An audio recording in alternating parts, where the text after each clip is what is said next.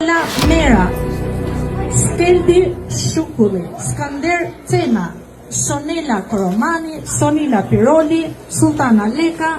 Në një kohë kur shumë të rinj shmangen librave dhe shkollës, një burr 74 vjeçar nga Kamza jep një leksion të vërtet për këmbguljen dhe dashurinë për dijen.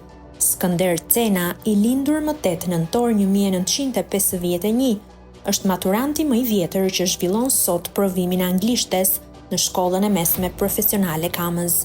Ai rikthehet pas disa vitesh në këtë institucion për të dhënë provimin e fundit që i mungon për të mbyllur maturën shtetërore në degën shërbime mjetesh transporti.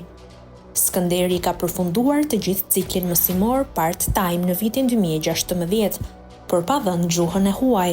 Sot, me një përkushtim të rrallë dhe përkundër moshës dhe vështirësive me shikimin, ai është paraqitur për të dhënë provimin anglishtes.